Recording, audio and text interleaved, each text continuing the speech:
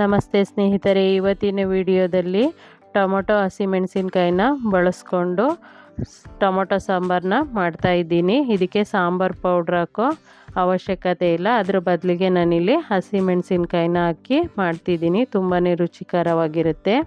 ಇದಕ್ಕೆ ಮೊದಲನೇದಾಗಿ ಒಂದು ಪಾತ್ರೆನ ಇಟ್ಕೊಂಡು 4 ಟೇಬಲ್ ಸ್ಪೂನಷ್ಟು ಅಡುಗೆ ಎಣ್ಣೆನ ಸೇರಿಸ್ಕೊಂಡಿದ್ದೀನಿ. ಅರ್ಧ ಟೀ ಸ್ಪೂನಷ್ಟು ಜೀರಿಗೆ, 1 ಟೀ ಸ್ಪೂನಷ್ಟು ಸಾಸಿವೆ, ಹಾಗೆ 1-2 ಚಿಟಿಕೆಯಷ್ಟು ಹಿಂಗನ್ನು ಸೇರಿಸ್ಕೊಂಡಿದ್ದೀನಿ.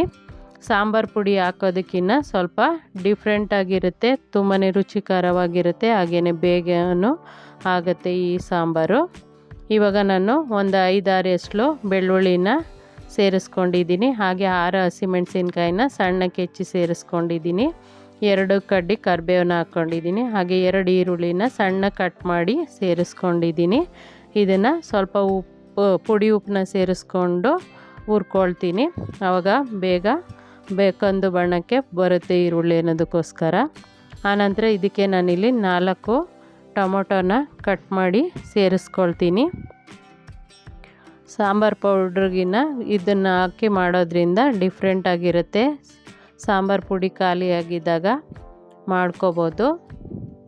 ಅನ್ನಕ್ಕಂತೂ ತುಂಬಾ ರುಚಿಕರವಾಗಿರುತ್ತೆ. ಒಂದು ಸಾರಿ ಟ್ರೈ ಮಾಡಿ ನೋಡಿ. ಇವಾಗ ಟೊಮೊಟೊನ ಸೇರಿಸ್ಕೊಂಡಿದ್ದೀನಿ.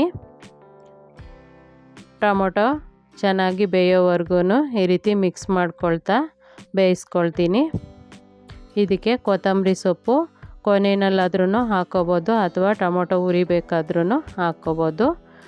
ಹಾಗೆಯೇ ತೆಂಗಿನ ತುರಿನ ಸೇರಿಸ್ಕೊಳ್ತಿದ್ದೀನಿ. ನೀವು ಬೇಕಿದ್ದರೆ ಸೇರಿಸ್ಕೊಳ್ಳಿ. ಒಬ್ಬೊಬ್ರಿಗೆ ತೆಂಗಿನ ತುರಿ ಇಷ್ಟ ಆಗಲ್ಲ ಅಂದರೆ ಪರವಾಗಿಲ್ಲ, ಹಾಕಿದ್ರೆ ರುಚಿ ಚೆನ್ನಾಗಿರುತ್ತೆ. ಇಷ್ಟನ್ನು ಚೆನ್ನಾಗಿ ಹುರ್ಕೊಂಡು ಆನಂತರ ಟೊಮೊಟೊ ಎಲ್ಲ ಬೆಂದ ನಂತರ ನಮಗೆ ಎಷ್ಟು ಸಾರಿನ ಅದಕ್ಕೆ ಬೇಕೋ ಅಷ್ಟು ನೀರನ್ನ ಸೇರಿಸ್ಕೋಬೇಕು. ನಾನಿಲ್ಲಿ ಒಂದು 3 ಲೋಟ ಅಷ್ಟು ನೀರನ್ನ ಸೇರಿಸ್ಕೊಂಡಿದ್ದೀನಿ. ಸೇರಿಸ್ಕೊಂಡು ಇದು ಕುದಿಯುವಾಗ ರುಚಿಗೆ ತಕ್ಕಷ್ಟು ಕಲ್ಲುಪ್ಪನ್ನ ಸೇರಿಸಿ ಒಂದು 4 ನಿಮಿಷ 4ರಿಂದ 5 ನಿಮಿಷ ಚೆನ್ನಾಗಿ ಕುದಿಸ್ಕೊಂಡ್ರೆ ಈ ಸಾಂಬಾರು ರೆಡಿಯಾಗುತ್ತೆ.